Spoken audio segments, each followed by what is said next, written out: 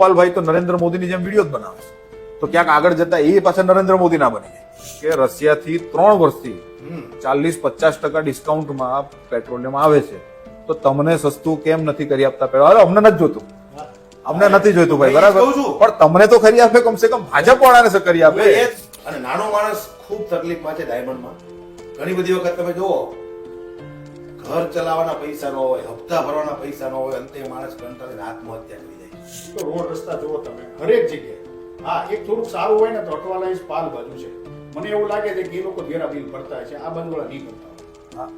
ત્યાં તમે જાઓ એટલે ધૂળે ન ઉડે, સારી ગ્રીનરી હોય, ગ્રીન હોય, બધું વ્યવસ્થિત છે. આ બાજુ વાળા મને લાગે ઘેરા બિલ નહીં ભરતા હોય એટલે નહીં હોય. હવે ઓલા જેવું છે કે ભાઈ કમળ ગળાઈ ગયું છે તો નથી બહાર જતું, નથી ઉપરથી બહાર નીકળતું, નથી નીચેથી બહાર નીકળતું. નાના નાના ઝૂંપડામાં રહેતા ગરીબ વાર એક જ કમાવો, એના જે મતલબમાં વડીલ હોય, હવે એ આ દારૂ ને ઓલી દેશી દારૂ પી પી અને લઠ્ઠા કાંડ જેવા કાંડ બને અને એનું પરિવાર ઉજળે, ત્યારે એ જે કમાવ જે વડીલ હોય એ જતો રહે અને પછી જે છોકરું નાનું હોય એની મમ્મી એ કઈ રીતે જિંદગી કાઢે હતી?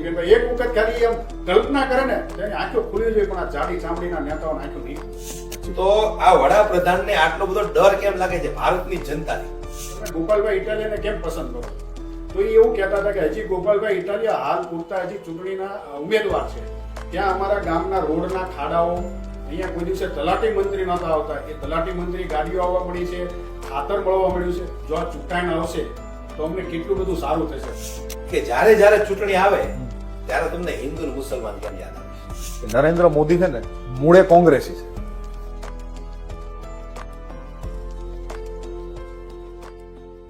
નમસ્કાર મિત્રો, જાગો ઇન્ડિયામાં આપ સૌનું સ્વાગત છે. આજે એક અલગ પ્રકારનો પોડકાસ્ટ કરવા જઈ રહ્યા છે આપણે, જે અનકટ છે, કોઈ સ્ટ્રક્ચર નથી, કોઈ એડિટિંગ નહીં, એકદમ નોર્મલ નેચરલ દિશામાં જશે આપણો આખો પોડકાસ્ટ. કારણ કે આપણી સાથે આજે ઉપસ્થિત છે આપણા ભાવેશભાઈ ધામેલિયા. ભાવેશભાઈ ધામેલિયા ખૂબ જ રમૂજી રીતે, મતલબ પોલિટિક્સના જે વિડીયોઝ બનાવે છે જેમાં હાસ્ય પણ એટલું સરસ ઉમેરેલું હોય છે કે તમને જોવાની મજા પડી જાય અને તમે સૌ જોતા જશો. ઇવન હું પોતે જ્યારે આ ફિલ્ડમાં ન હતો ત્યારે હું પોતે એમના વિડીયો જોતો અને મને પણ એમનાથી પ્રેરણા મળેલી છે ભાવેશભાઈ. હું આ તમને ફેક્ટ કહું. અને આપણા નસીબ છે કે ભાવેશભાઈ વળી આજે ઉડતા ઉડતા અહીંયા આવી ગયા. મેં કીધું આજે આપણે પોડકાસ્ટ બનાવી દઈએ. અને એમની સાથે એમના અને અમારા એક મિત્ર છે દિનેશભાઈ, જે આમ આદમી પાર્ટીમાં ખૂબ સક્રિય રીતે કામ કરે છે અને સામાજિક સેવાનું કામ ઘણા વર્ષોથી કરે છે. સુરતમાં લગભગ કતારગામ, વરાછા વિસ્તારમાં એમને બધા જ લગભગ ઓળખતા જ હોય છે. ખૂબ જ જબરજસ્ત નામ છે એમનું સામાજિક કાર્યના ક્ષેત્રમાં. તો આજે આપણે થોડીક ચર્ચા કરશું એમની સાથે અને એકદમ આપણો રિલેક્સ ઇન્ટરવ્યુ રહેશે. બસ ખાલી તમને મોજ પડે એટલા માટે આ પોડકાસ્ટ આપણે બનાવ્યો છે. થોડુંક રાજકીય વિશ્લેષણ કરશું, થોડીક મજા ગમત આપણી સાથે સાથે રહેશે. તો આજે થોડાક પ્રશ્નોથી શરૂઆત કરીએ. થોડાક મુદ્દા એવા છે જે મારે એમની સાથે ચર્ચા કરવાના જ હતા અને સદભાગ્ય આપણે અમે ભેગા થઈ ગયા છે આજે. તો ભાવેશભાઈ, તમારું ખૂબ ખૂબ સ્વાગત છે અમારા પોડકાસ્ટમાં. તમે આવ્યા એ બદલ આભાર, અમારી ચા પીવા. હવે એક પ્રશ્ન તમને પૂછવાનો છે. કેટલાક પ્રશ્નો મેં વિચારી રાખ્યા હતા કે આજે ભાવેશભાઈ આવે તો આપણે પૂછવા છે અને દિનેશભાઈ આવે તો આપણે એમને પૂછવા છે. તો સોશિયલ મીડિયા પર તમને કેટલો ટાઈમ થઈ ગયો? મારે લગભગ આમ ગણો તો 2018 એટલે લગભગ 7 વર્ષ જેવું થઈ ગયું, 7-7.5 વર્ષ. ઓહો, ખૂબ સરસ. 7 વર્ષથી તમે સોશિયલ મીડિયામાં એક્ટિવ છો અને વિષય કયો? આજ આના ઉપર જ તમે બનાવતા હતા વિડીયો? આમ તો મારો મેન વિષય એવો રહેલો કે ભાઈ કોઈ પણ નાના માણસ સાથે, કોઈ પણ પછી અધિકારી હોય કે નેતા હોય, કોઈ પણ હોય, નાના માણસ સાથે અન્યાય કરે તો એના વિશે આપણે 2 શબ્દ બોલી અને એક વિડીયો બનાવી અને સમગ્ર લોકો સુધી આપણે પહોંચાડવાનો આપણો આ હેતુ. લોકોને જાગૃત કરવા કે ભાઈ કઈ જગ્યાએ સાચું થઈ રહ્યું છે, ક્યાં ખોટું થઈ રહ્યું છે. આ બધી વસ્તુ પર હું વિડીયો બનાવતો કે ભાઈ કોઈ પોલીસ વાળા અધિકારી હોય, કોઈ કચેરીમાં કોઈ અધિકારીઓ હોય, કોઈ નેતાઓ હોય, કોઈ ખોટું કરતા હોય, કોઈને ખોટી રીતે દબાવતા હોય, બરાબર, તો એ આપણાથી જોવાય નહીં. એટલે મને એમ તરત એમ મન થઈ જાય ભાઈ ચાલો કાંઈક એકાદ વિડીયો બનાવો એ વાત છે અને લોકો સુધી પહોંચાડો. પણ તમે આટલા વર્ષથી આ વિડીયો બનાવો છો તો એક રીતે તો તમે સરકારની સામે જ બોલી રહ્યા છો. સરકારનો ગેરવહીવટ છે તો જ આ વસ્તુ થઈ હા, રહી એ છે. તો ભ્રષ્ટાચાર થતો હોય તો જ આપણને એવું અંદરથી લાગે કે ભાઈ કંઈક આપણે બોલીએ. તો પછી તમારા ઘરના ખીજાતા નથી તમને? શરૂઆતમાં મને કહેતા મને કે ભાઈ આવું બધું આ ન કરાય, આગળ જતા કે આપણને તકલીફ પડે. મેં કીધું શું તકલીફ પડે? બધી ઉચકાવીને કદાચ જેલમાં નાખી દેશે.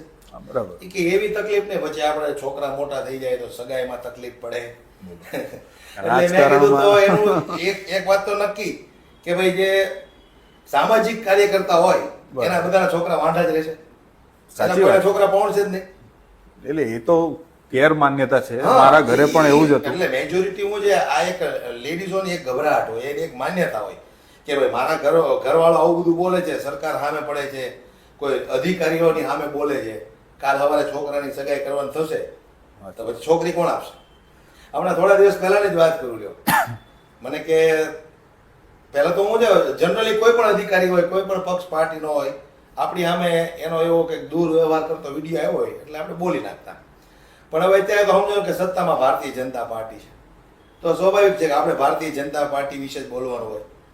ઘણી બધી વખત મને ઘણાય પૂછે કે ભાઈ તમે રાહુલ ગાંધીનું કેમ નથી બોલતા?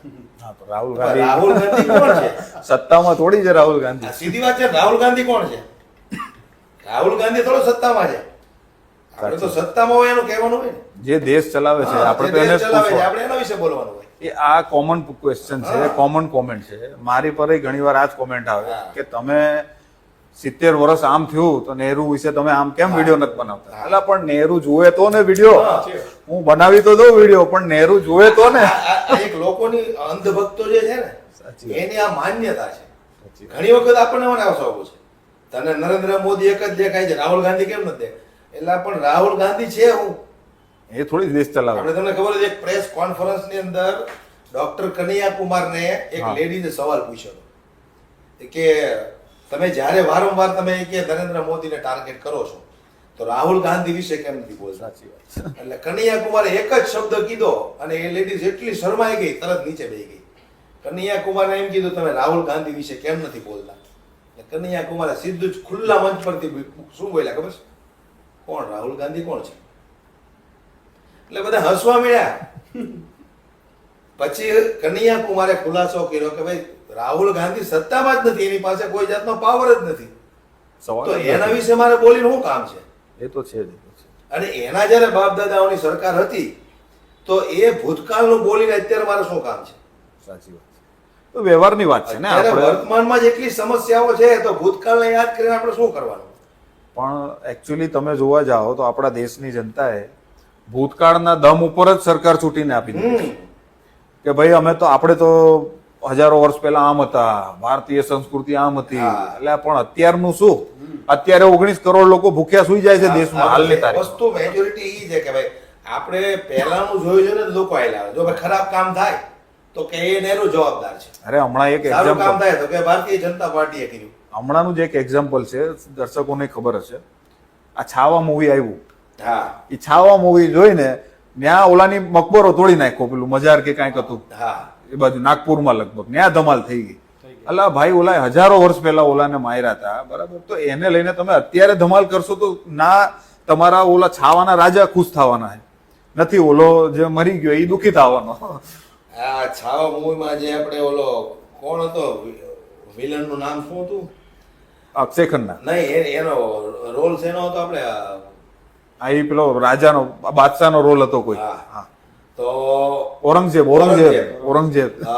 ઔરંગઝેબના આ પિક્ચરની અંદર ઔરંગઝેબની એક્ટિંગ જોઈને લોકોની અંદર એટલું આમ ભ્રમિત કરી દેવામાં આવ્યા લોકોને, તો કબરું ખોદવા માંડ્યા. બોલો, હા, એ વિડીયો જોયા મેં બધા સોશિયલ મીડિયા પર.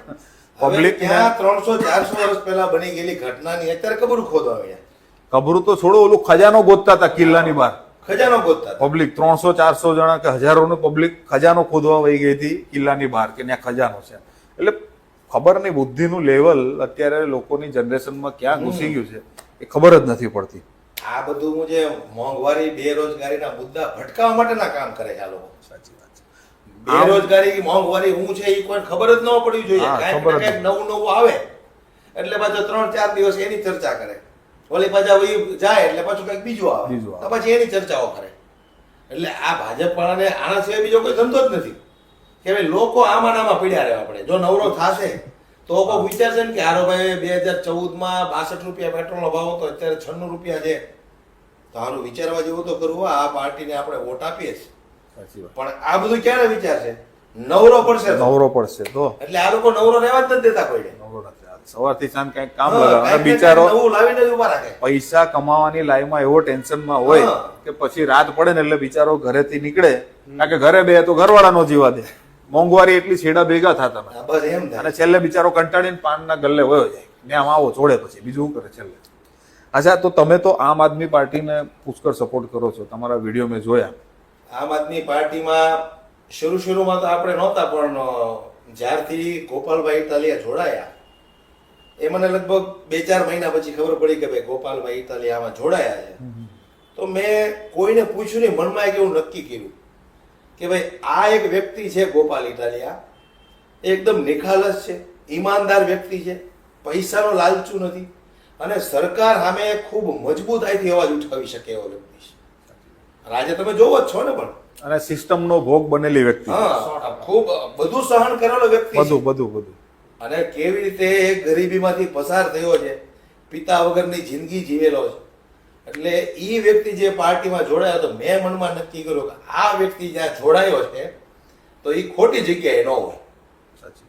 એટલે એની પાછળ હું આમ આદમી પાર્ટીમાં જોડાયો. તો હું દિનેશભાઈને પૂછીશ કે દિનેશભાઈ, ગોપાલભાઈ ઇટાલિયા એમાં તમને શું દેખાયું, શું એમ સારી ખૂબી લાગી?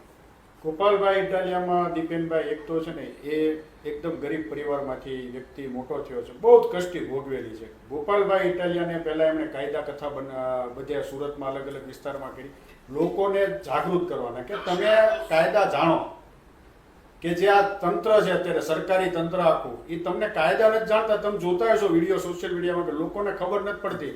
એટલે કોઈ પણ જન્મ તારીખનો દાખલો અથવા કોઈ પણ દાખલો અથવા પોલીસ સ્ટેશન જે ક્યારે દાદરે ન ચડ્યા હોય, એમને કે ભાઈ તમારે પોલીસ સ્ટેશનમાં જઈને જે પણ અરજી કરવાની થાય, આ બધી અરજીની માહિતી આપતા હતા ગોપાલભાઈ.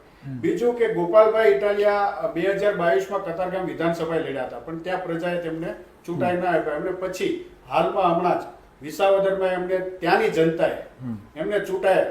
જ્યારે હું વિસાવદર પ્રચારમાં હતો, ખુદ ગયેલો, ત્યારે એ પ્રચારમાં ગામે ગામ અમે ફરતા હતા, ત્યારે ગામે ગામમાં હું પણ પૂછતો હતો કે તમે ગોપાલભાઈ ઇટાલિયાને કેમ પસંદ કરો છો? તો એ એવું કહેતા હતા કે હજી ગોપાલભાઈ ઇટાલિયા હાલ પૂરતા હજી ચૂંટણીના ઉમેદવાર છે. ત્યાં અમારા ગામના રોડના ખાડાઓ, અહીંયા કોઈ દિવસે તલાટી મંત્રી નહોતા આવતા, એ તલાટી મંત્રી ગાડીઓ આવવા મળી છે, ખાતર મળવા મળ્યું છે. જો આ ચૂંટાઈને આવશે તો અમને કેટલું બધું સારું થશે. લોકોને ત્યાં શું ખેડૂતના બધા દીકરા, એ લોકોને ફક્ત જોઈએ શું? ખાતર, બિયારણ અને પાકના ભાવ. બીજું ખેડૂતને શું જોઈએ? અને ગોપાલભાઈમાં એક ખાસિયત છે, તમે હાલના બી વિડીયો જોતા હશો કે એ પોતે એક એડવોકેટ છે, હાઈકોર્ટના પણ વકીલ છે, પણ અધિકારીઓ સામે કઈ રીતે વાત કરવી, કઈ રીતે એમને લાઈન ઉપર લાવવા. હવે તમે બીજું તમારે શું કેવું, આપણા ગૃહમંત્રી છે એમને પણ એક શબ્દથી બોલાવે છે, એ તો એની જે તાકાત છે ને, એવી તો હજી સુધીમાં મેં કોઈ ગોપાલભાઈ જોઈએ જ નથી. એ તો છે. એટલે મતલબ એક પેલું કહેવાય ને કે જે હિંમત એમના અંદર છે એ ખરેખર કાબિલે તારીફ છે. હવે એક એવો પ્રશ્ન કરું કે મજા આવશે તમને બંનેને કરું છું કે સપોઝ મોદી સાહેબે સપનામાં કોન્ફરન્સ કરી નાખી, પ્રેસ કોન્ફરન્સ. રિયલમાં તો શક્ય છે નહીં, તમે જાણો છો કે પ્રેસ કોન્ફરન્સ થાય એ તો વાસ્તવિક ધરતી પર તો થવાનું નથી.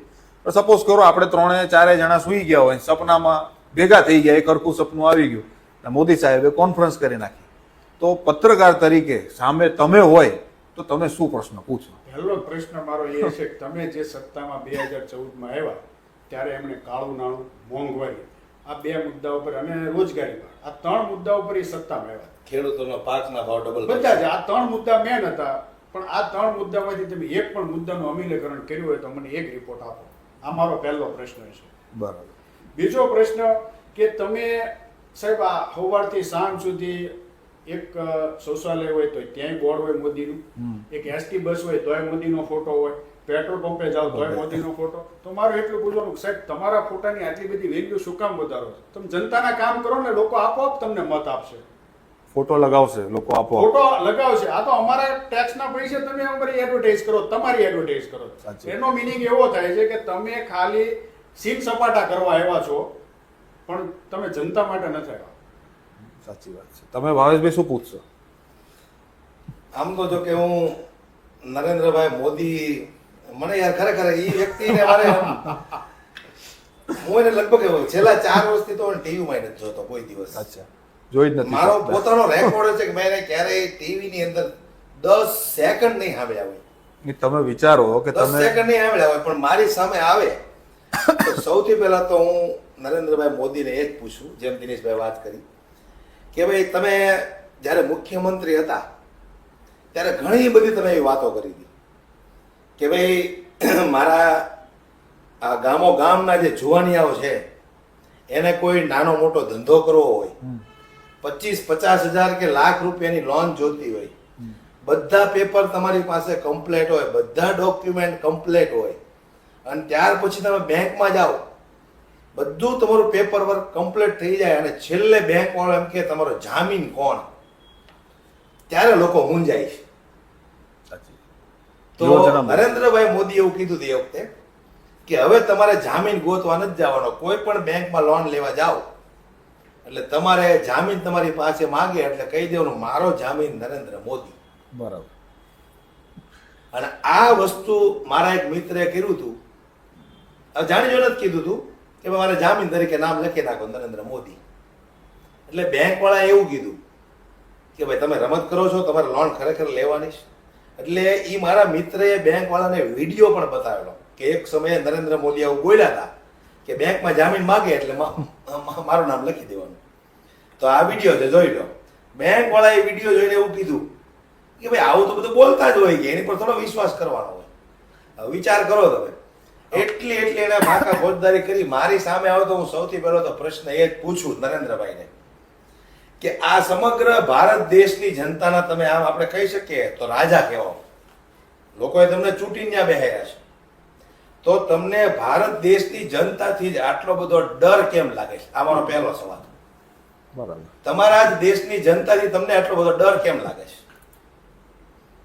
પંજાબમાં ગયા હતા, એક સભા હતી, સભા પુલ ઉપરથી ગાડીઓ પાછી વાળી લીધી, બરાબર.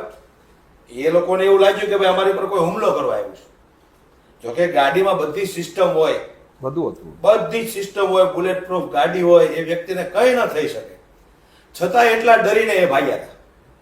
પાછો ત્યાંનો કોઈ વિડીયો નથી, અને ત્યાંનું પ્રૂફ છેલ્લે એવું આવ્યું પ્રૂફ ના કોઈ વિડીયો. પ્રૂફ એક મારી પાસે એવું આવ્યું હતું કે ભાઈ જે લોકો દૂરથી આવતા હતા ને ખેતરોમાંથી, એ ભારતીય જનતા પાર્ટીના સમર્થકો હતા. નરેન્દ્રભાઈને આમ સભામાં ઝંડા લઈને આમ ઉભા રહેવા માટે આવતા હતા.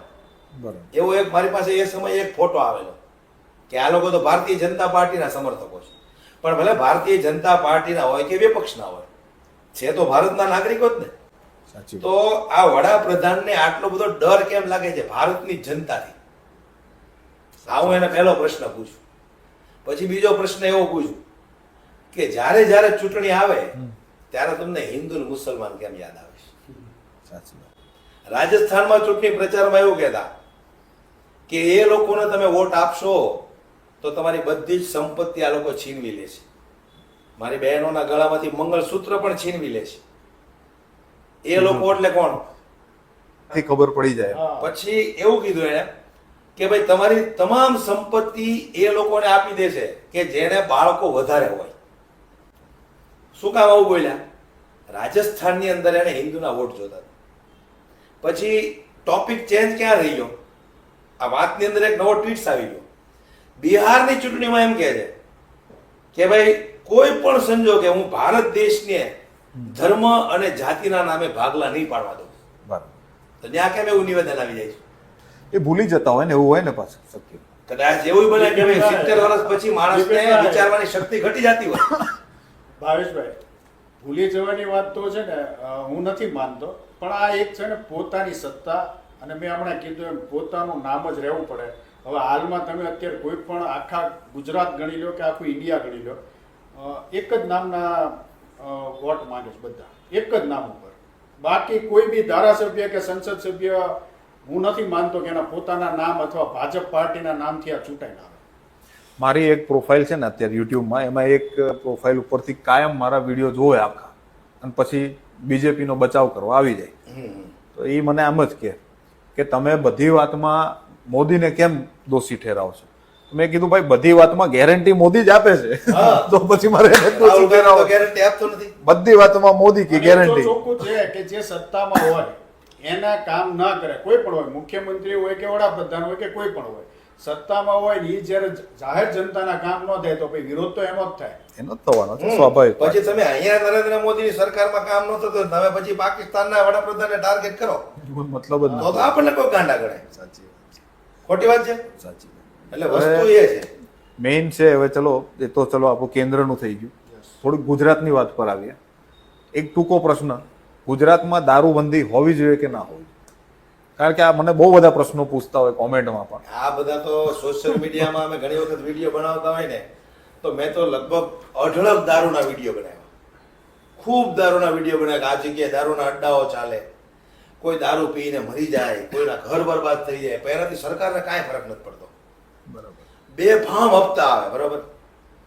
હવે ઘણા બધા મને એવું કહે ભાઈ તો છૂટ આપી દેવી જોઈએ, પણ છૂટ આપી દે તો પાનના ગલ્લાની જેમ ગુજરાતમાં દારૂની દુકાન થઈ જાય એમ છે. પીવાનું ઓછું થઈ જાય. જેમ વધારે મળે, તમે નદી કિનારે જાઓ તો તમે એક ગ્લાસ પાણી પીવો અને કચ્છના રણમાં તમે ભૂલા પડ્યા હોય તો તમને એક ગ્લાસ કે બદલે 5 ગ્લાસ આપે તો પી જાઓ. એમ દારૂ ખુલ્લેઆમ થઈ જાય તો પીવાનું ઘટી જાય. પણ આ સરકાર એટલા માટે છૂટ નથી આપતી કે હપ્તા એના બંધ થઈ જાય, કાયદેસર દુકાનો ચાલુ થઈ જાય તો હપ્તો કોની પાસે લે? હું તો મારું એવું માનવું છે, હું મહારાષ્ટ્રમાં જઉં ઘણીવાર, આઉટ ઓફ સ્ટેટ રહેતો હોઉં છું કામથી, તો ત્યાં જ્યાં લગભગ બધે છૂટ છે દારૂ. ગુજરાત મેં- સિવાય ટોટલ રાજ્યમાં હા. છૂટ છે. મેં કોઈ રાજ્યમાં હું જેટલો ફરતો, કેલકટા, બેંગ્લોર, ચેન્નાઈ, બોમ્બે, મેં ત્યાં આગળ કોઈને દારૂ પીને લથડિયા ખાતો કે રોડ પર પડેલો નથી જોયો. નથી જોયા.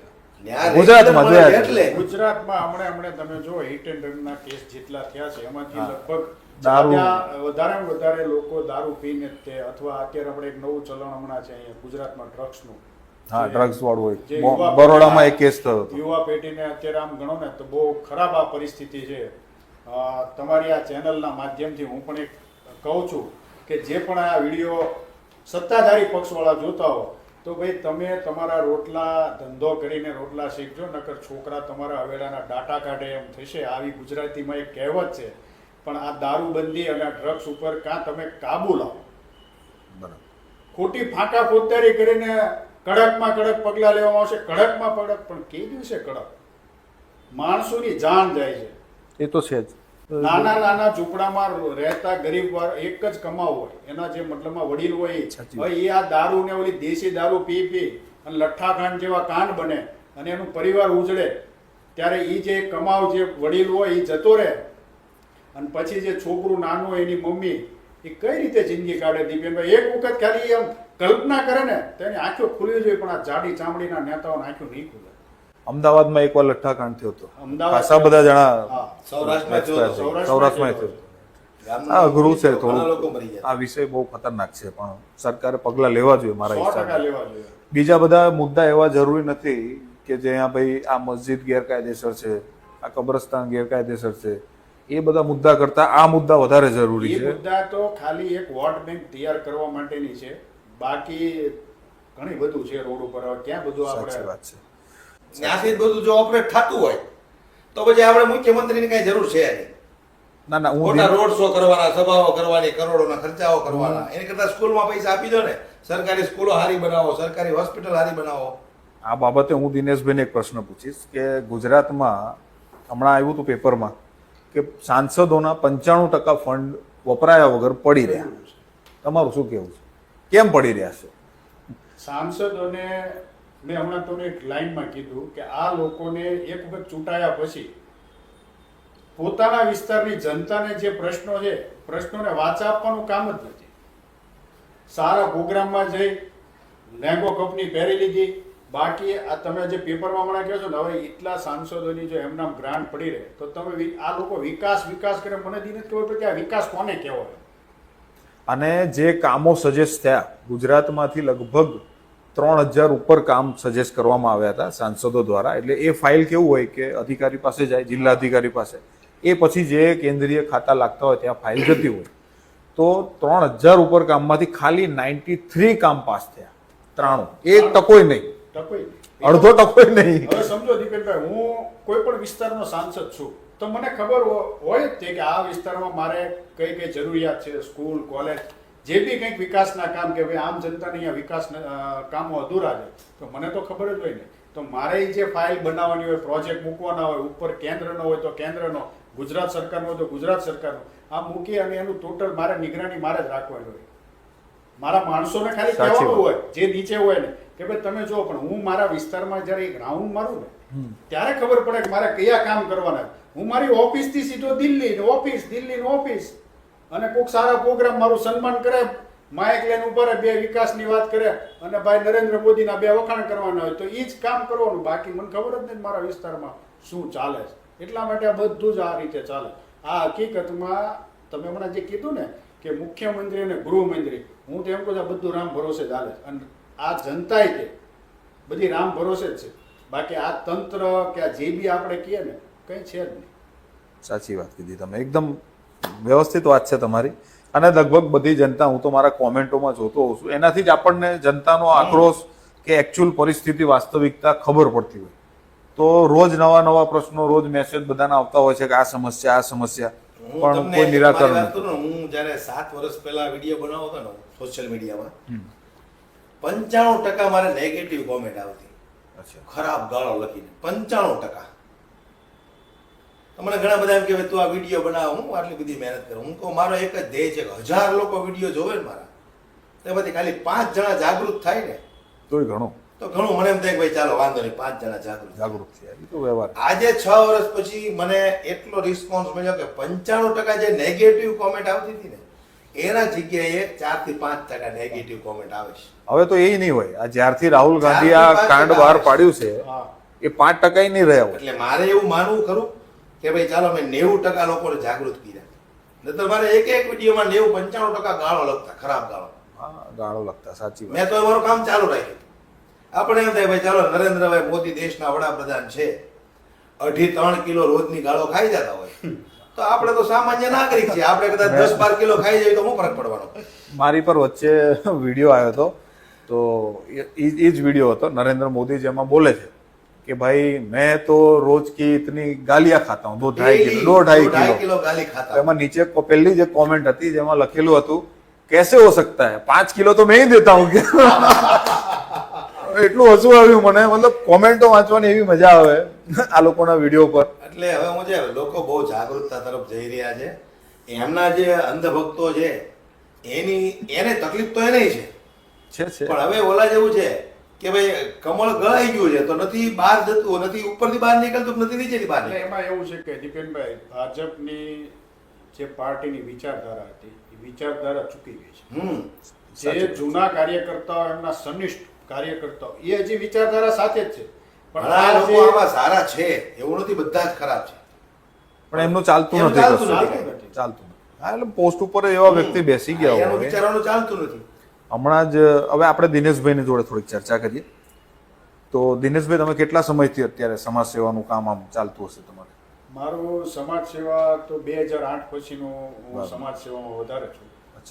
કે લોકોના પ્રશ્નો હોય થોડા નાના મોટા, આ છે તે, જેટલા અમારથી મહેનતથી જેટલા સોલ્યુશન થાય એટલા આપણે કરીએ છીએ.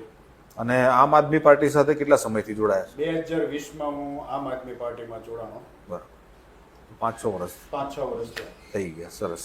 હવે સુરતની એકચ્યુઅલ વાસ્તવિકતા સમસ્યા શું છે? વાસ્તવિક સમસ્યા, કારણ કે તમે તો ઘણું ફરો છો લોકલ વિસ્તારમાં, લોકો તમારી પાસે આવતા હોય, તો વાસ્તવિક સમસ્યાઓ શું છે સુરતની? સુરતની બજેટ અત્યારે તમને કહું ને અબાઉટ 9600 કરોડ આસપાસનું છે. સુરત એસએમસી. હવે આ એસએમસી ના બજેટમાં હમણાં તમને ખબર હોય તો વરાછાની ખાડી, આ દર વર્ષે આ પ્રશ્ન હોય છે. હવે આ વર્ષોથી આ ખાડી પૂરશે તો એમને કોઈ પ્લાન નથી કર્યો. તમારી પાસે વેરા બિલમાં તો બધું અનેક લખેલું છે, શિક્ષણ વેરો, ગટર વેરો, ફાયર વેરો, XY બધા લખેલા, પણ વેરા બિલ તમારા સતંદર વધતા ગયા છે વર્ષો. જેમ આ વખતે કદાચ ચૂંટણી આવી છે ને એટલે આ લોકોએ બંધ રાખ્યું છે. નકર આ ચૂંટણી જીત્યા પછી જો કદાચ ભાજપ જીતી ગઈ તો પાછા સરકાર પ્રજાની માથે આવવાના જ છે. મેન પ્રશ્ન આમાં જોઈએ ને તો કે જેટલા ટીપી, એક તો રોડ રસ્તા જુઓ તમે હરેક જગ્યાએ.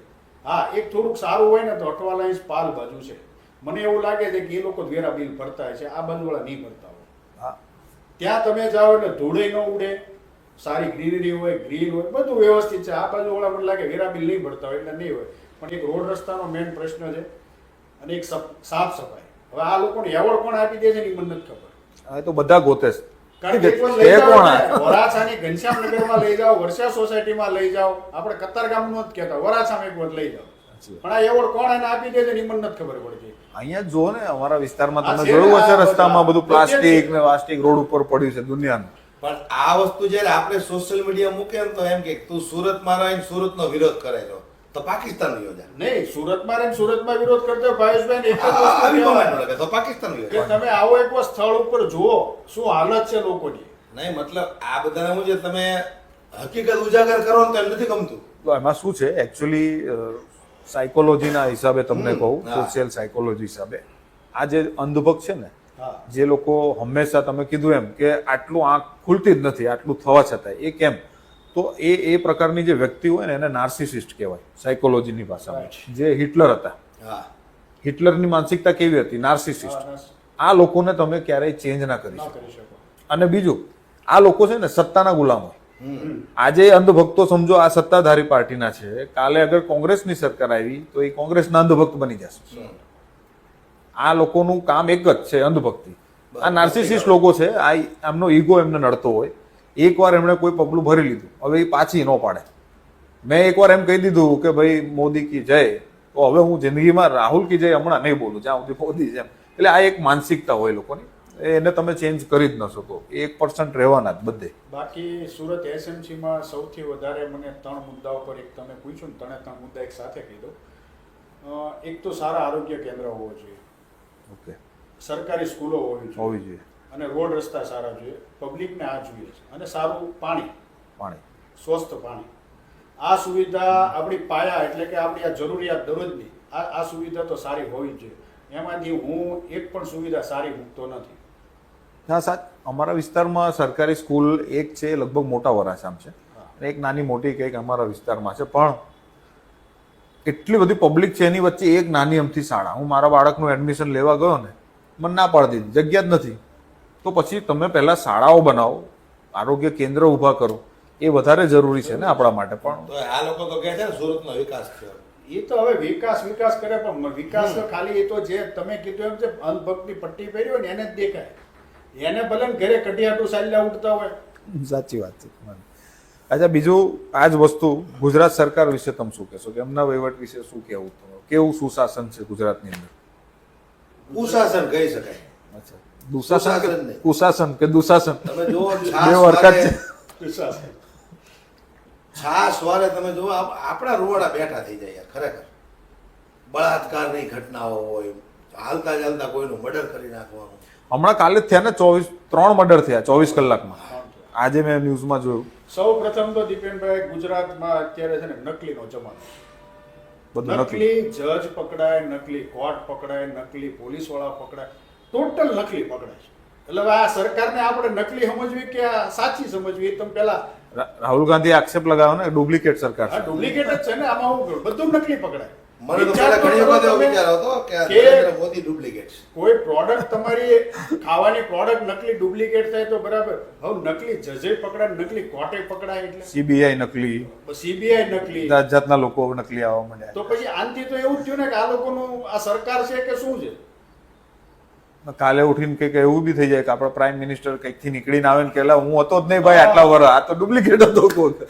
એવું બી બને ને. એ જયારે મુખ્યમંત્રી હતા ત્યારે એની જે વિચારધારા હતી ને, અત્યારે જે છે ને એ આખી ચેન્જ થઈ ગઈ. તો મને ઘણી વખત મનમાં એવું થાય કે આ કોઈ આપણે તમને કહો તો આંખે પિક્ચર છે ગોવિંદા. હા, એમાં ઓલા રાજ બબ્બરને પ્લાસ્ટિક સર્જરી કરીને હા. બીજો રાજ બબ્બર બનાવી નાખે હોમ મિનિસ્ટર. સાચી વાત.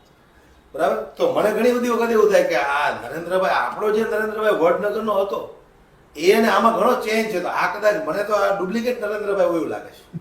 ઘણી વખત મને એકલા એવો વિચાર આવે ખરેખર. હમણાં દીપેનભાઈ, હમણાં શિક્ષણ વાળું વાત હતી, એટલે શિક્ષણમાં હમણાં પ્રવેશોત્સવ હાલતો.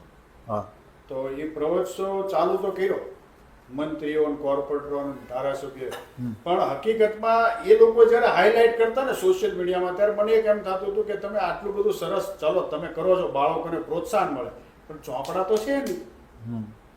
તો તમે પેલા એ તો કરો. અરે હમણાં કંઈક સુરત મ્યુનિસિપાલિટી જે એમની સ્કૂલોમાં ચોપડા વેચે છે એમાંય નરેન્દ્ર મોદીના બધાના ફોટો હતા એવું કંઈક મેં સાંભળ્યું. હા હા News જોયા તમે? હા, ફોટો બધાના છાપ્યા હતા. હા, નોટબુકમાં. વિપક્ષે વિરોધે કર્યો હતો. જાણે એ બધા મહાત્મા થઈ ગયા હોય, કોઈ સાધુ સંતો થઈ ગયા હોય, એ બધાના ફોટો. પણ મેં તમને હમણાં કીધું એમ છે કે જનતાના ટેક્સમાં પૈસાથી એ પોતાનો પ્રચાર કરે છે.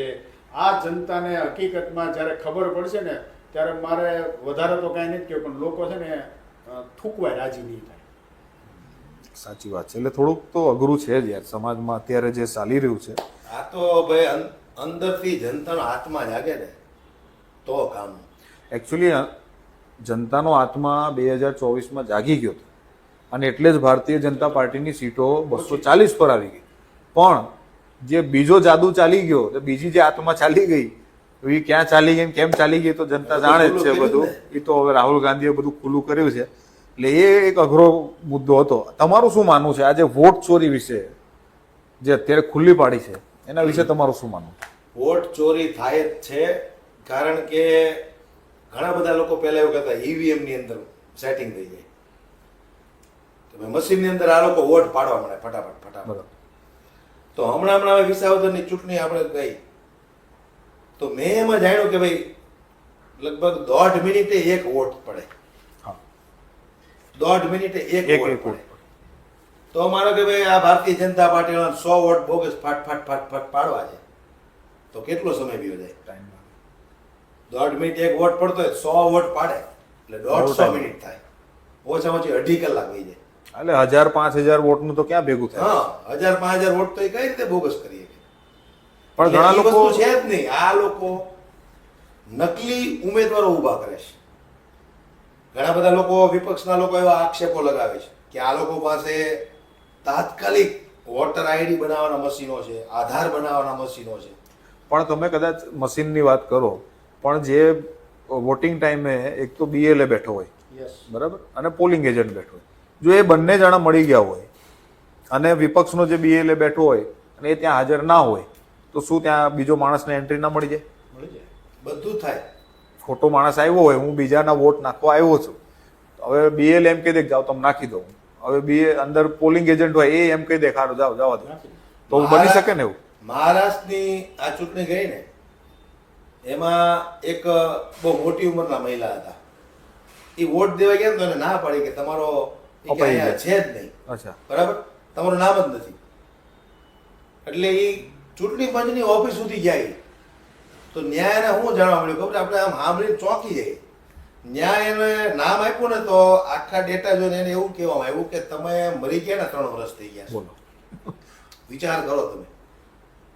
ઓલી મહિલા સામે હાજર ઊભી છે અને એવું કહેવામાં આવ્યું કે તમે મરી ગયા ને 3 વર્ષ થઈ ગયા પણ એવા તો હમણાં બિહાર સર જે થયું હા. SIR, બરાબર, એમાં 22 લાખ વોટર મૃતક નીકળ્યા. મૂર્તક નીકળ્યા. તો સુપ્રીમ કોર્ટની અંદર જે લોકો મૃતક હતા એને તો જીવિત હાજર કરીને બતાવ્યા. પછી બતાવ્યો. અને યોગેન્દ્ર બીજા યાદવે. નંબરમાં આજે ખુલાસાઓ રાહુલ ગાંધીએ કર્યા છે તો આક્ષેપ કોની ઉપર લગાવ્યો છે? ચૂંટણી પંચ ઉપર. ચૂંટણી પંચ. આક્ષેપ ચૂંટણી પંચ ઉપર લગાવ્યો છે. બરાબર. તો આ ભારતીય જનતા પાર્ટીના નેતાઓને કેમ એટલા બધા કુદાકુદ કરે છે? એણે એમ તો નથી કીધું કે આ ભાજપ વાળા વોટ ચોરી ગયા. આક્ષેપ તો ચૂંટણી પંચ ઉપર લગાવ્યો છે ને કે તમે આવું બોગસ કરો છો. પણ તમને એવું નથી લાગતું કે ભારતીય જનતા પાર્ટીના અમુક નેતાઓ અને આ સંવૈધાનિક સંસ્થાના જે મોટા મોટા ચેરમેન, કમિશનર છે એ સરેઆમ જુઠ્ઠું બોલતા એવું નથી લાગતું? ટોટલ જો આમાં ખોટું બોલવાના 2 પ્રકાર હોય. એક તો ઈ ભારતીય જનતા પાર્ટીના કામે કીધું માનસિક ગુલામ હોય, એટલે એ સાચી વાત સ્વીકારવા માટે તૈયાર જ ન હોય. જનતા અમે વારંવાર ખોટું પીરસવાનું. અને બીજું કે બીજા એવા લોકો છે કે જે પોતાનો બિઝનેસ, ધંધો અને જીવ બચાવવા માટે ખોટું બોલવું પડે છે. ના, બરાબર. નકર આવડા પાછા તાળા પાર દે ચાલે. અમારા જ હમણાં કડીના ઉમેદવાર ભારતીય જનતા પાર્ટીની સામે પેટા ચૂંટણી લડ્યા. ચૂંટણી હાર્યા પછી એની 4 દુકાનોને સીલ મારી દીધા. શું વાત છે? હા. શું કામ મારી દીધા? ફૂડ વિભાગ. કે ભાઈ કડીમાં? તું હા. હા ભારતીય જનતા પાર્ટી હવે તારી ચૂંટણી લડવાની તાકાત કેમ?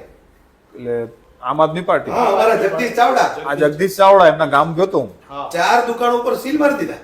અચ્છા. વિચાર કરો તમે, આટલી તો એની દાદાગીરી, તાનાશાહી.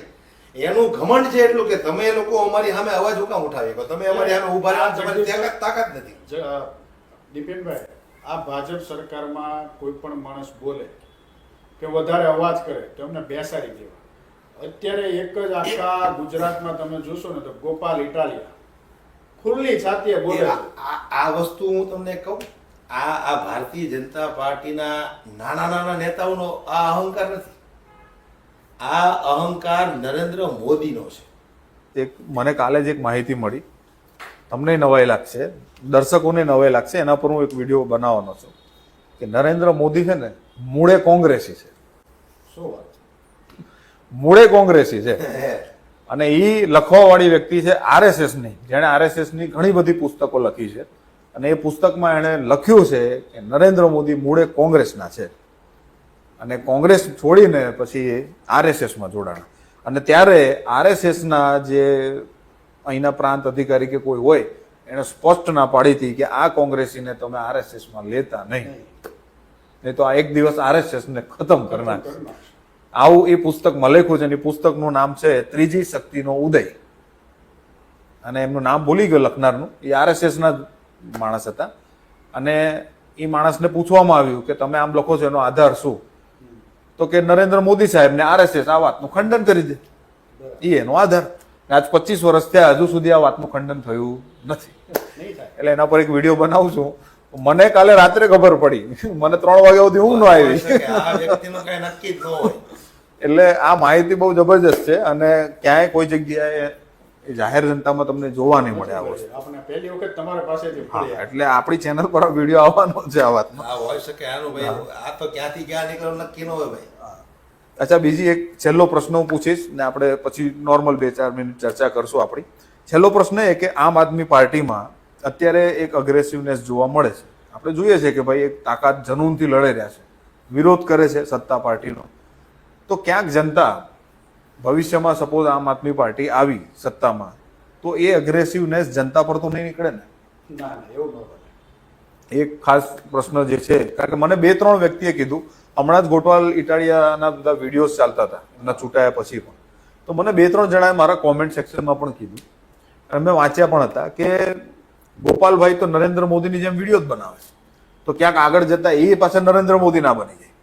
જો ગોપાલભાઈ પર્સનલ કોઈ પણ વિડીયો બનાવે છે, કોઈ ખેતરમાં કે કોઈ રોડ ઉપર, એ જનતાને કંઈક જણાવવા માંગે છે એના માટે વિડીયો બનાવે. બીજું કે એ પ્રચારમાં હોય અથવા કોઈના ગામ જાય છે કે ગમે ત્યાં કોઈ સંમેલનમાં જાય તો લોકો એના વિડીયો, કારણ કે ગોપાલભાઈ પ્રત્યે લોકોને ઉત્સાહ જ એટલો છે. ખાલી એક ગોપાલભાઈ વિસાવદરની સીટ જીત્યા, આખા ગુજરાતમાં જે કામ ન કરે તરત જ સામે કહી દે છે, ધારાસભ્ય આવે તો કામ કરવા ત્યાં કરો નકર વિસાવદર વાળી થશે. હા, એ ડાયલોગ અત્યારે બહુ ચાલે છે. ટ્રેન્ડમાં છે. વિસાવદર બીજું કે વાળી. ગોપાલભાઈ આ વસ્તુથી આખી ગુજરાતની જનતાને જાગૃત કરી કે તમે જાગૃત થાઓ, તમારા અધિકારો લેતા શીખો. તમે અનાજનું કૌભાંડ પકડ્યું કે ત્યાં પોલીસ વાળાને જે માથાકૂટ થઈ, પછી અહીંયા આપણે ચેતરભાઈ વસાવા વાળી જ્યારે કોર્ટની બહાર પોલીસે રોકવામાં આવી તો લોકોને ખબર પડી કે હકીકતમાં આ લોકો કેટલી તાનાશાહી કરે છે, સત્તાનો દુરુપયોગ કરે છે. પોલીસ એટલે કેવું કે ભાઈ જાહેર જનતાના એક સેવક તરીકે કામ કરે, કે એમને જે કાયદા કાનૂનની જે કલમ છે, બંધારણમાં જે લખેલી છે એના ઉપર કરવાનું હોય. હવે અત્યારે આ લોકોએ કેવું કર્યું છે, ભાઈ હું કહું એમ કરીને તને નાખી દઈશ પંચમહાલમાં, તને ફલાણે નાખી દઈશ. ચેતર વસાવાભાઈને તો હજુ જામીન નથી મળ્યા ને? નથી મળ્યા જામીન. 28 એ મેટર તમે સોશિયલ મીડિયામાં જોયો જ હશે કે ગ્લાસ સામેવાળાને વાગ્યો નથી છતાં હાફ મર્ડરની કલમ, પાછું એનો કોઈ પ્રૂફ નથી, proof સીસીટીવી નથી, પુરાવો હજી રજૂ નથી. નથી કર્યા. રજૂ નથી કરી શકતા. બરાબર છે. આટલી બધી મેટર શું કામ કે આદિવાસી વિસ્તારમાં એક યુવાન નેતા જે સારો કે જે આમ જનતા માટે છે. હું તમને એક આ ચેતરભાઈ વસાવા તરફથી એક 2 શબ્દો કહું. મારે સૌરાષ્ટ્રમાં જે ખેતી હોય ને ત્યાં મારે કામ કરવા એટલે ભાગ્યો આપો. આ ભાગ્યો એ પ્રોપર ત્યાં ડેડિયાપાડાના આદિવાસી, એટલે ડેડિયાપાડાથી બાજુમાં રહે. હવે ચેતરભાઈ વસાવાનો વિસ્તાર છે હા, ડેડિયાપાડા વિધાનસભા, મારે એનાથી બાજુના. એટલે મેં દિવાળી ઉપર ગયો ને એટલે મેં ખાલી પૂછ્યું, મેં તમારે તો તે કે આ વખતે તો ચેતરને જ લાવવાનો છે. પણ ચેતર તમારે ક્યાં લાગે? મેં કીધું એનું તો ડેડિયાપાડા, તમારું તો અલગ. અરે ચેતર જેને બી કે ને એને મત આપી દો, ચેતર અમારે સારામાં સારો છે. એટલે તમે વિચાર કરો કે બાજુની વિધાનસભા, તો એ લોકો કેટલું ચેતરભાઈનું સારું કર્યું છે. સારા કામ કરે રાજપીપળામાં બી બધા લોકો આંદોલન કર્યા હતા ને, ઘણા બધા આજુબાજુના વિધાનસભા એટલે વાળા કહેવાનો કે અત્યારે જે વિસાવદર વાળી જે થઈને આખી ગુજરાતની જનતા જે જાગૃત થઈ છે એ શું કામ કે લોકનાયક તો કોને કહેવાય કે જનતાના કામ માટે આવે ને એને લોકનાયક કહેવાય. એસી ચેમ્બર્સમાં બેઠા બેસી અને કહે કે અમે 3000 કરોડના વિકાસ કર્યા ને 200 કરોડના કર્યા ને 100 કરોડના કામ કર્યા. આ બધા કામ છે ને તમે તમારા ખીચા ભરવા માટે કરો છો, 5% 10% જે ટકાવારી લેતા હોય, બાકી જનતા માટે કંઈ નહીં. બાકી તમે મકાન બનાવો 25 વર્ષ તમારી છતમાં પાણી ટીપું નહીં પડે. જ્યાં સુધી મને યાદ છે ત્યાં સુધી કહેતા કે સરકારી કામ એટલે મજબૂત કામ કહેવાય. 1 વર્ષમાં રોડ નથી, ગટર ઉભરાય છે. BRTS જેટલી બનાવી છે એકેની ગ્રીલિંગ છે ને, ગ્રીલિંગ એ આ તો ઠીક છે, આ બધું ચાલે છે બધી તાનાશાહી, બાકી એની ગ્રીલિંગ જોજો તમે એક ખડી ગઈ છે. રોડ રસ્તામાં તો એવું પણ હોઈ શકે ને કે કદાચ આ લોકો એકચ્યુઅલ ખાડા જ બનાવતા હોય જે વરસાદ પછી નીકળી આવતા હોય. હા એ જ તે. રોડ તો ભૂલમાં બની જતા રોડ હશે. ભૂલમાં બની જાય છે. અને પાછું એ બી છે કે આજે રોડ બન્યો મહિના પછી તમે જોજો ખોદાઈ ગયું છે. ખોદાઈ અને બીજું ગયું. એક તો તમને ખાસ કેવું, સુરત SMC ને તો મારે ખાસ કહેવું છે કે તમે વેરા બિલ તો ભરપૂર લ્યો છો, પણ તમે રોડ બનાવો છો ને એમાં ગટરના ઢાંકણા જ નથી સરખા કરતા. એવી કડું રાખે છે હા, કે આપણે ટુ વ્હીલર જતા હોય ને તો કમરના મણકા તૂટી જાય એવા તો એ ખાડા ને એ ગટરના ઢાંકણા છે. હવે આ જાનહાનિ કોઈ પણ ની થાય તો આની જવાબદારી કોણ? ત્યાં તો આ ઊંચા કરવાના. અહીંયા તમારા વિસ્તારમાં એક બાળક પાણીની વરસાદી ગટરમાં બાળક વહી ગયું હતું, પડી અને એનું મૃત્યુ પામ્યો હતો. તો વરસાદી પાણીની ગટરમાં ગટરનું પાણી ક્યાંથી આવ્યું? સાચી વાત. નથી જવાબ એમની પાસે, નથી. કોઈ પાસે જવાબ નથી. જવાબ તો એમ કહેવાય કે આ અત્યારે હાલની જે સરકાર છે એમાં કોઈની પાસે જવાબ હોતા જ નથી. સામા પ્રશ્નો હોય. ભૂલમાં ચૂંટાઈ ગયેલા નેતાઓ છે. સામા પ્રશ્ન એટલે એકે આ નેતાના લાયક જ નથી, સમજો તો. હવે આ પબ્લિકની મહેરબાની છે એટલે આવડા 156 ચૂંટાઈ ગયા છે. હવે બાકી 10 મિનિટ ગોપાલ ઇટાલિયાની વાત આપણે કે ગોપાલ ઇટાલિયાને 10 મિનિટ મારી સામે ભાજપનો એકેય નેતા ન બોલી શકે. 10 મિનિટ મારી હારે ચર્ચામાં બેસી શકે, બરોબર, તો હું દાઢી મૂછ કઢાઈ નાખું. નથી બેસતા સાહેબ. મેં ઘણા 1-2 નેતાઓના સંપર્ક કર્યા હતા. અમારે કતારગામમાં તમે જો ધારાસભ્ય 5 મિનિટ ન બોલી શકે, ચૂંટણીમાં મંચ ઉપરથી 5 મિનિટ ન બોલી શકે. ના, અમને ઇન્ટરવ્યુ નથી પરસેવા છૂટી જાય. આપતા બીજેપી બીજેપી વાળા નહીં આપે, કારણ કે એ લોકો કઈ કોંગ્રેસ વાળા આપ્યો તો મને બરોડામાં, પણ બીજેપી વાળા નો આપ્યો. ન આપે. સારા કામ કર્યા હોય તો આપે ને. મેં તો અવારનવાર ઘણી બધી વખત હું તો વિડીયોના માધ્યમથી ચેલેન્જ મારું છું. તમારે જેવા દીપેનભાઈ જાય એટલે લોકોને ખબર પડી જાય કે આ તો આપણી હમણાં નાડી છોડી નાખશે. હર્ષંગભાઈ કેટલી વાર ગોપાલભાઈ ચેલેન્જ મારી. ના આવે. ના, એ તો તમે તો એ મુદ્દા ઉપર એક 8 પાસ વ્યક્તિ કેવી રીતે રાજકારણમાં આવ્યો એની ઉપર આપણે ચર્ચા કરી આવી લો, તોય નહીં. તમે કયો એ મુદ્દા ઉપર હાલો, તોય નહીં.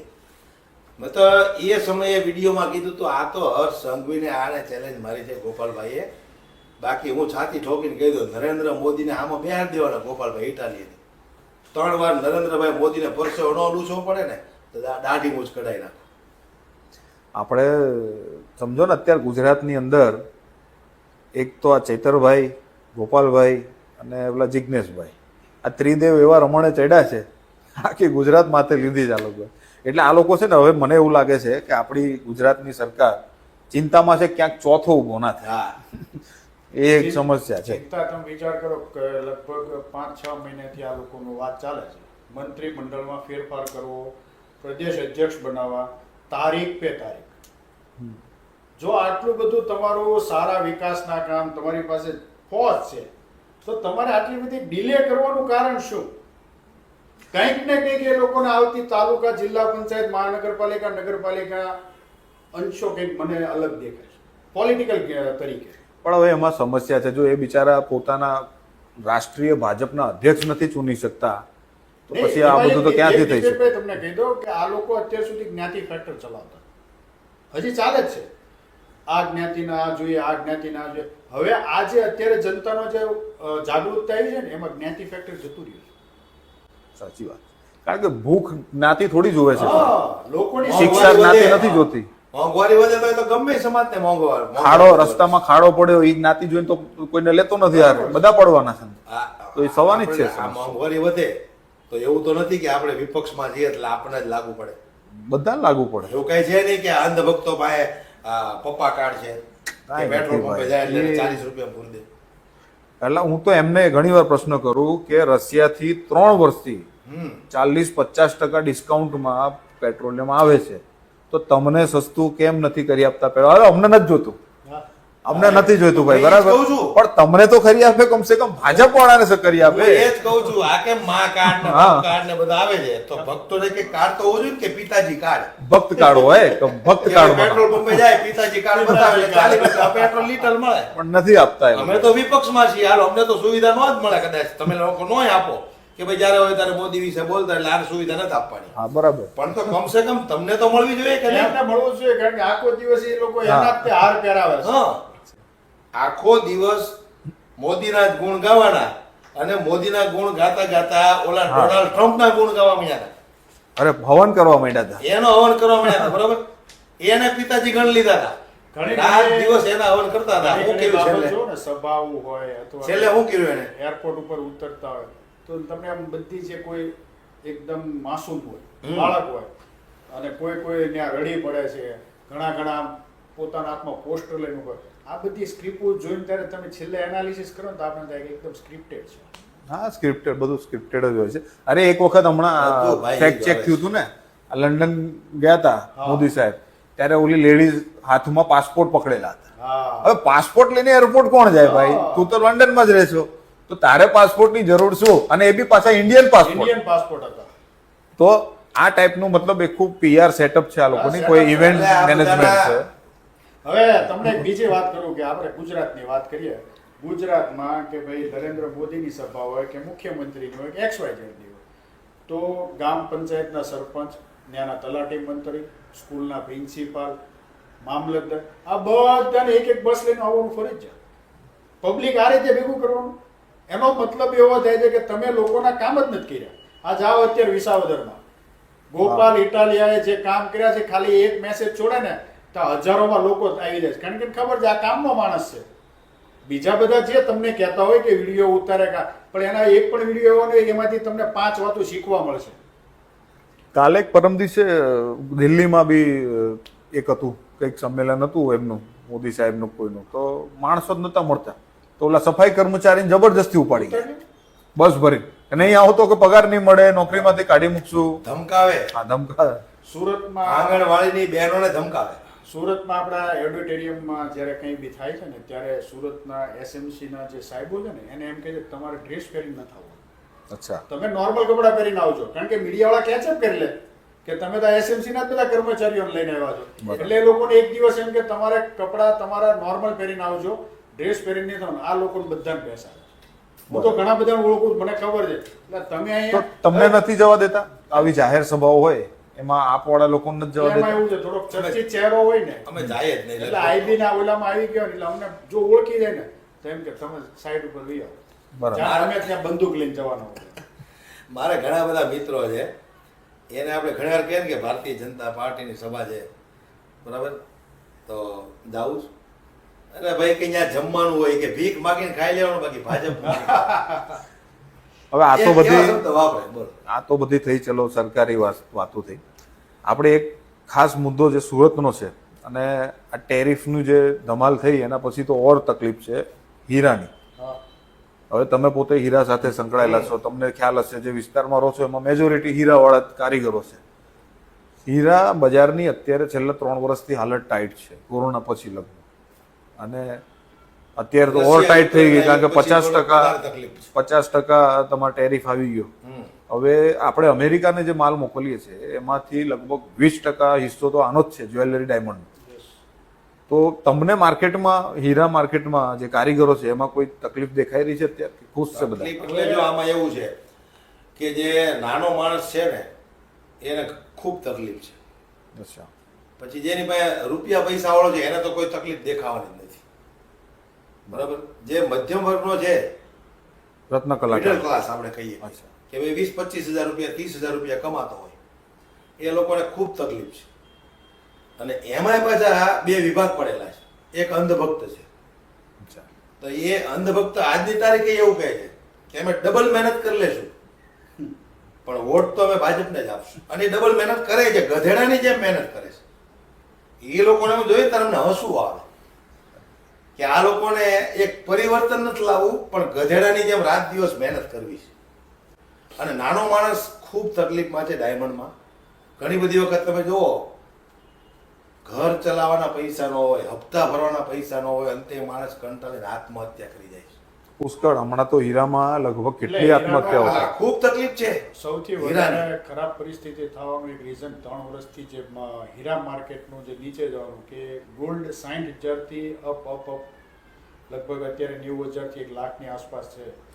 હીરા વસ્તુ એવી છે કે એ જ્વેલરી વસ્તુ બને. કોઈ પણ માણસ કે જ્વેલરી ક્યારે લોકો પહેરે કે પોતાનું પહેલા પરિવારમાં ખાવા પીવાનું હરવા ફરવાનું વધીને પછી એક્સ્ટ્રા પૈસા વધે ત્યારે કોઈ પણ માણસ જ્વેલરી પહેરે.